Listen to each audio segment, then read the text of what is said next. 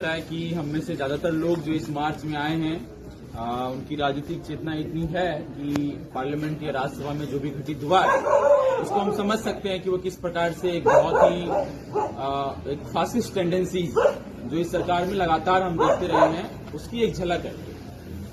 और कुछ बातें हैं जिसको थोड़ा सा दोहराना जरूरी है कि राज्यसभा में जो अमित शाह का बयान है और महाराष्ट्र में जो घटना घटी है परभनी में, ये कोई आइसोलेशन में नहीं है, ये सब एक पैटर्न है। और ये पैटर्न अभी नहीं है कि अभी अमित शाह ने बयान पार्लियामेंट में दे दिया। इनके जितने आका थे, सावरकर से लेकर गोलवलकर से लेकर के तमाम लोग, उनके जब आप बयानात निकालेंगे, उनकी लिखी हुई किताबों को जब निकालेंगे, जब आप उनके पॉलिटिकल एक्शन को देखेंगे तो वो साफ तौर से आपको नजर आ जाए कि अंबेडकर जिसकी प्रोफेसी करते थे, बाबा साहेब जिसकी बात करते थे, वो तो ये लोग इसके बिल्कुल विरोध में थे। देश आजाद होता है 1947 में और उसके बाद एक जो मेजर रिफॉर्म लाने की कोशिश होती है वो है हिंदू कोड बिल के द्वारा। और उस पूरे कॉन्स्टिट्यूशन असेंबली के डिबेट्स को और हिंदू कोड बिल के इन एंड अराउंड जो डिबेट्स हो रहे हैं उसको यदि आप निकाल के देखेंगे तो ये तमाम आरएसएस के लोग, सावरकर से लेके गोलवलकर से लेकर के जितने भी लोग हैं, वीएचपी, जितने हिंदू परिषद, हिंदू महासभा है, और इनके लोगों के जब आप पॉलिटिकल एक्शन देखेंगे तो वो पूरी तरीके से इसके विरोध में है।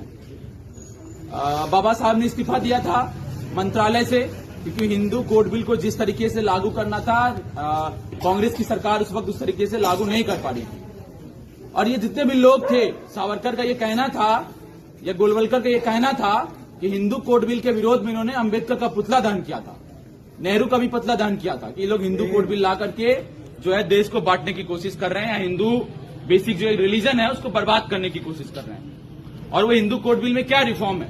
वही रिफॉर्म है कि उसमें तलाक देने के क्या कारण हो सकते हैं, प्रॉपर्टी पे वुमेन का राइट्स होगा, केवल उसमें पुरुषों का राइट्स नहीं होगा, कि डिवोर्स देने का क्या तरीका होगा, शादी करने के क्या तरीके होंगे, टॉरी का क्या प्रोहिबिशन होगा।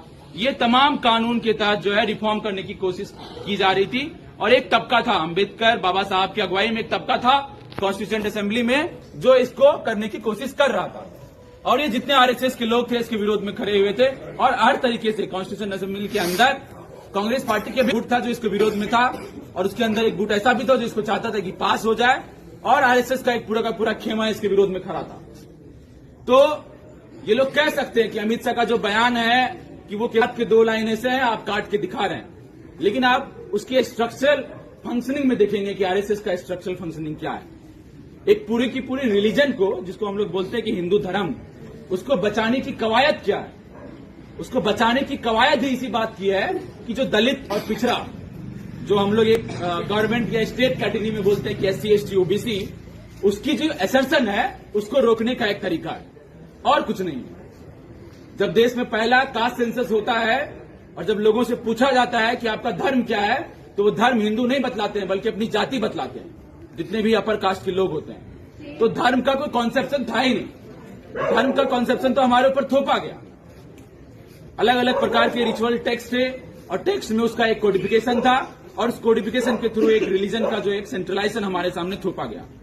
और वो थोपने का पूरा जो कोशिश है वो इसी बात का है कि जो तमाम दलित लोग हैं, पिछड़े लोग हैं, जिनकी राजनीतिक चेतना इतनी अच्छी हो गई है कि अब वो संसाधनों पे अपना हिस्सा मांग रहे हैं, तो भैया इसको धर्म का चोला पहनाइए और रोक दीजिए, और कुछ नहीं है। हिंदू मुस्लिम का दंगा से लेके हर एक चीज, मुसलमान को हमारे सामने इनेमी बना के खड़ा कर देना, एक दुश्मन बना के खड़ा कर देने का भी लॉजिक यहीं पे फंस जाता है। तो ये आरएसएस का आइडियोलॉजिकल हाउस, आरएसएस का पावर हाउस, आज बीजेपी का अमित शाह जो बोल रहा है और उसका हर एक कैडर वही सोच रखता है। इस कैंपस में भी कई लोग हैं जो एबीवीपी से जुड़े हुए लोग होते हैं, वो हर जगह आप देखेंगे सामने भले ही उनके बैनर पे दिखाई देता है, अंबेडकर भी दिखाई दे जाते हैं, बिरसा भी दिखाई दे जाते हैं, भगत सिंह भी आ जाते हैं कभी कभी, सावरकर तो है ही। जब आप उनको पढ़ के निकालेंगे तो कोई अंतर मैच ही नहीं मिलेगा उनमें। तो ये अर्ज क्यों है? ये अर्ज क्यों है कि इसको हम एप्रोप्रिएट कर लें? वो अर्ज यही है कि ये तमाम जो लोग हैं, ये जो तमाम जो आइकन है, वो एक अब पैशन बन चुके हैं, जो अमित शाह की भाषा में आप फैशन बोल रहे हैं। तो ये जो पैशन है, उस पैशन को अकोमोडेट करने की ये कवायद है।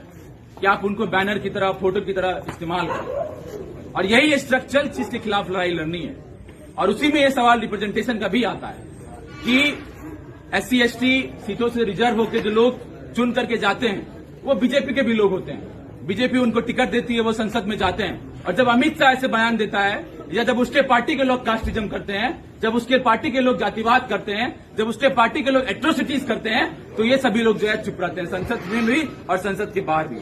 मुझे नहीं लगता है कि भाजपा से चुने हुए जितने भी सांसद अभी राज्यसभा और लोकसभा गए होंगे वो अमित शाह के इस बयान पर पार्टी से निकल करके बयान दिए होंगे। तो ये सवाल भी बहुत अहम हो जाता है कि रिप्रेजेंटेशन का सवाल केवल टोकन रिप्रेजेंटेशन ना बचा रहे, वो रिप्रेजेंटेशन का सवाल एसर्शन का सवाल बने, वो रिप्रेजेंटेशन का सवाल उस मटेरियल रिसोर्सेस में अपने हिस्से को मजबूत करने का सवाल बने, वो रिप्रेजेंटेशन का सवाल उसी जद्दोजहद से मजबूत हो जिस जद्दोजहद से अंबेडकर कांग्रेस के मंत्रालय में गए और जब उनको लगा कि हमारा एम्बिशन पूरा नहीं हो रहा है तो उसी एम्बिशन के साथ वो इस्तीफा देकर के वहां से निकल गए और एक इंडिपेंडेंट पॉलिटिक्स करने के लिए आगे बढ़े।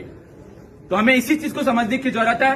बाकी अमित शाह जैसे लोग, भाजपा जैसे लोग हमारे चारों तरफ है, इसको समझने की जरूरत है और इसके खिलाफ एक लड़ाई लड़ने की जरूरत है। आप बोलते रहिए, आपको लगता है कि अंबेडकर बोलने से क्या होता है, लेकिन आज हमारे मार्च में दिख गया कि वो अंबेडकर हमारे दिल में है, अंबेडकर हमारे विचार में है और उसके विचार को हम सड़कों से लेकर के, आंदोलनों से लेकर के विचारों तक हर जगह मजबूत करेंगे। गलियों कस्बों में हर जगह आज अंबेडकर की बात होती है, तो उनके विचारों की बात होती है और उसके विचार को मजबूत करने की बात होती है। उसी विचार को आगे लेके चलना है। जय भीम, शुक्रिया, इनकलाब जिंदाबाद।